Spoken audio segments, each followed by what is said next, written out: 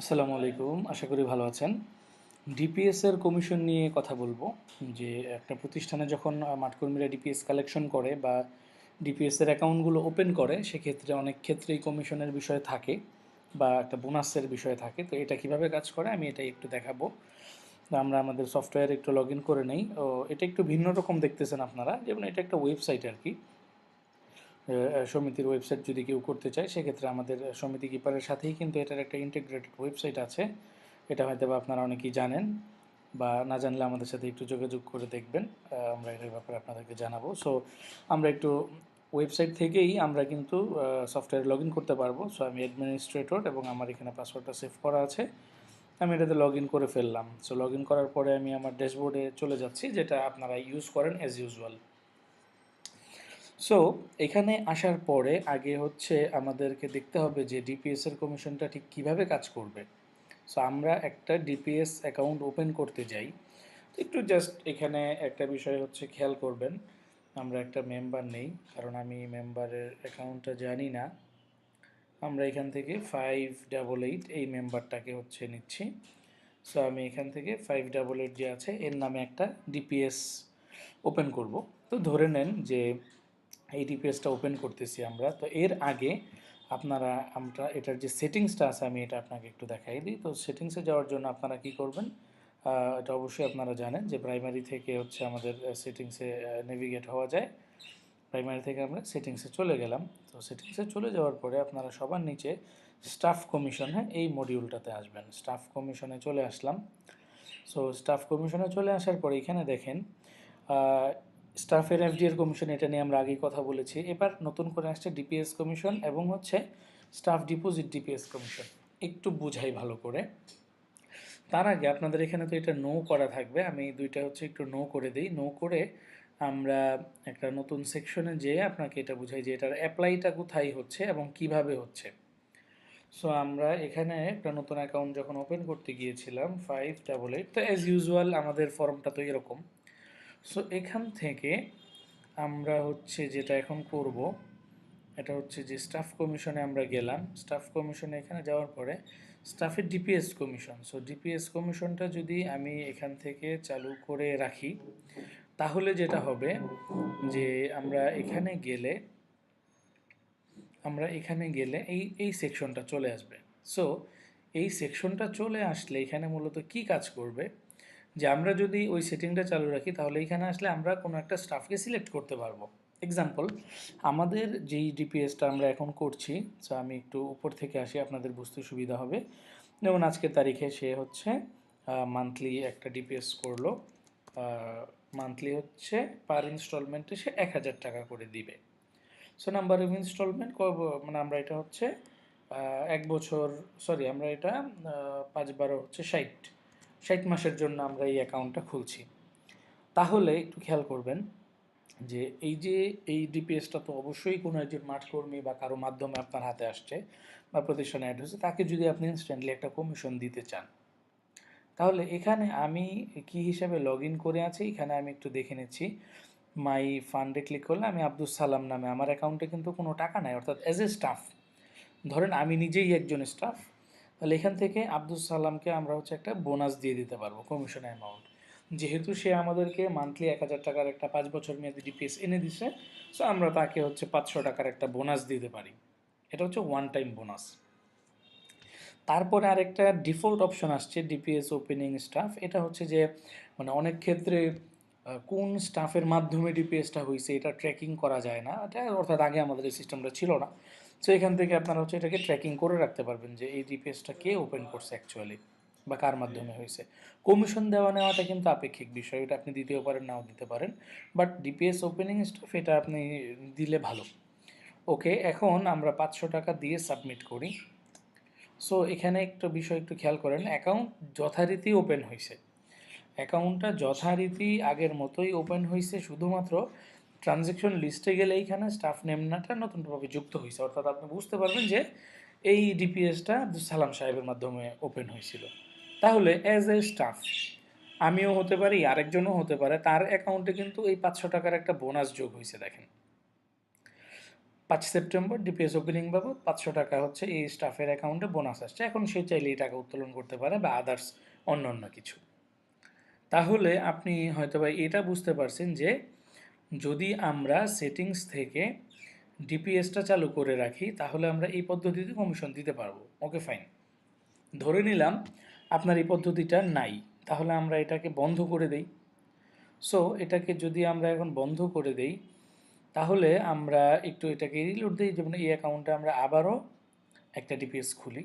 তাহলে তার আগে আমরা হচ্ছে সেটিং থেকে দ্বিতীয় সেটিংসটা কীভাবে কাজ করবে এটা দেখাই দিই। অনেক সময় হয় কি যে ডিপিএসগুলোকে ধরে রাখার জন্য, অর্থাৎ র্যান্ডমলি যাতে পেমেন্টগুলো আসে এবং প্রতি মাসে যাতে ডিপিএসের টাকাগুলো সঠিকভাবে প্রতিষ্ঠানে ঢোকে, তো সেই হিসাবে কিন্তু আপনারা এখানে ডিপিএসের ডিপোজিটের উপর কমিশন দিতে পারেন।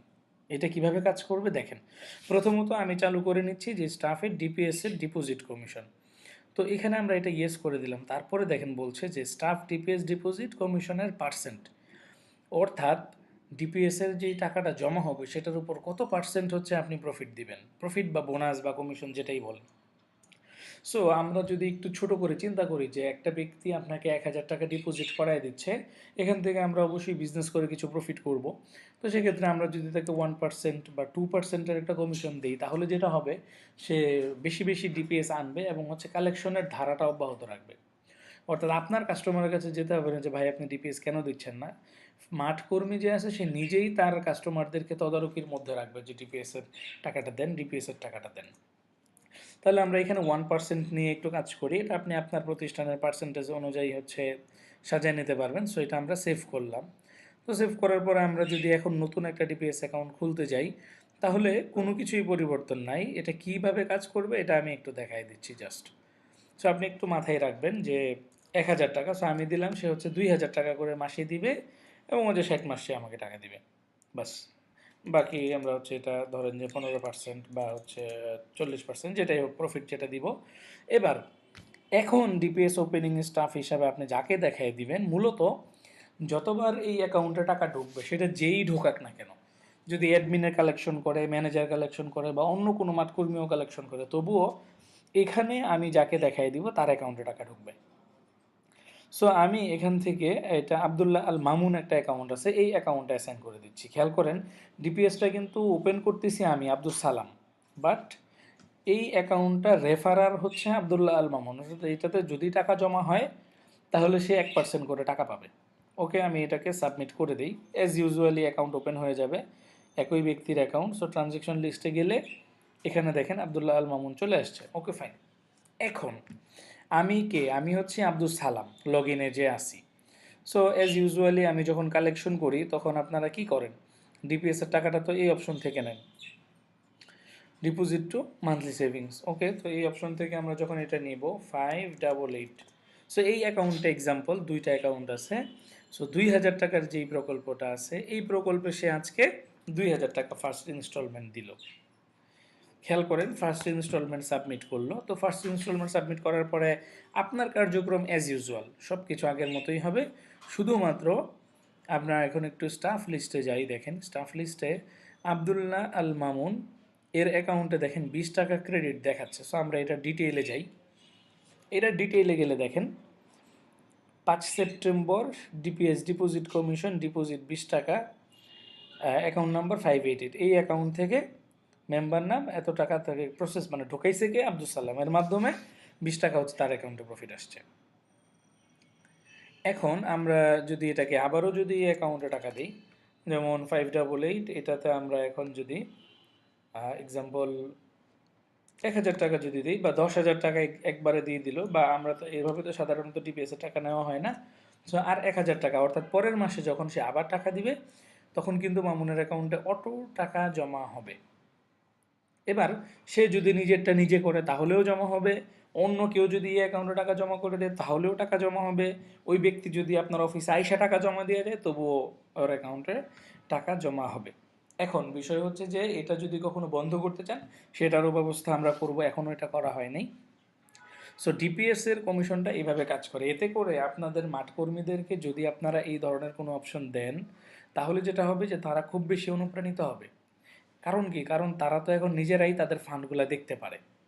অর্থাৎ একজন স্টাফ যখন আমাদের বর্তমানে সফটওয়্যারটা চালায় তখন কিন্তু তার নিচেই যেই ধরনের কিন্তু একটা প্যানেল থাকে, সেই প্যানেলে গেলে সেই কিন্তু তার ব্যালেন্সগুলো দেখতে পারে যে আমার অ্যাকাউন্টে টাকা জমা হয়েছে। তো সে এতে করে কি হয়, সে খুশি থাকে যে না আমি কাজ করতেছি এবং এটার আউটপুট আমি পাচ্ছি। যেমন আবদুল্লাহ আল মামুন যখন তার মোবাইল অ্যাপ্লিকেশনে যখন ঢুকবে, তখন ঢোকার পরে কিন্তু সে দেখবে যে না আমার ফান্ডে 30 টাকা ব্যালেন্স আছে। তাহলে সে যেটা করবে যে ডিপিএসের মানে কালেকশনের দিকে আরও অনেক বেশি মনোযোগ দিবে এবং হচ্ছে এতে করে তো বুঝতেই পারতেছেন আপনার প্রতিষ্ঠানের অবশ্যই একটা ভালো কিছু বেনিফিট হবে। এটা আপনি চাইলে বন্ধ করে রাখতে পারেন, চালুও করতে পারেন, এটা আমরা সবার জন্যই হচ্ছে ওপেন করে দিছি। তো আপনারা এটা দেখবেন, যদি কোথাও বুঝতে অসুবিধা হয় তাহলে আমাদেরকে জানাবেন, আর এটার ব্যাপারে যদি আরও কোনো পরামর্শ থাকে তাহলে সেটাও আমাদেরকে হচ্ছে জানাবেন। যেমন এরকম হতে পারে যে ডিপিএস ওপেন হওয়ার পর প্রথম কি বলে এত তারিখ পর্যন্ত প্রফিট পাবে, বা এরকম যদি আপনাদের মাথায় কোনো মানে আইডিয়া আসে সেটা আমাদেরকে হচ্ছে আপনারা জানাবেন ইনশাল্লাহ। আপনাদের সহযোগিতা এবং হচ্ছে আপনাদের পরামর্শ নিয়েই তো আমরা সফটওয়্যারে কাজ করি। অনেক ক্ষেত্রে দেখা যায় যে অনেক গুরুত্বপূর্ণ বিষয়গুলো আসতেছে না, বা অনেক অগুরুত্বপূর্ণ বিষয়গুলো আসতেছে, এটার ব্যাপারে আমি কিন্তু আপনাদেরকে এক্সপ্লেন করছিলাম যে এখানে অনেকের সাথে কাজ করতে গেলে কিছু বিষয় মাথায় আসে, যেটা হচ্ছে যে প্রায়োরিটির অনেক বিষয় থাকে। তো এটা আপনারা ক্ষমা সুন্দর দৃষ্টিতে দেখবেন, কারণ আমরা তো ম্যাক্সিমাম আপডেটগুলাই হচ্ছে ফ্রি অফ কস্টে দিয়ে থাকি আর কি আপনাদেরকে। অর্থাৎ নিতান্তই যদি কোনো স্পেশাল আপডেট না হয় সেক্ষেত্রে কিন্তু আমরা টাকা ডিমান্ড করি না। তো আমরাও কাজ করতে থাকি, আপনারাও কাজ করতে থাকেন, আস্তে ধীরে আমরা আগাতে থাকি ইনশাল্লাহ। আপনাদের ভালোবাসা এবং দোয়া নিয়ে হচ্ছে আমরা আগাবো। তো ভালো থাকবেন ইনশাল্লাহ। আসসালামু আলাইকুম।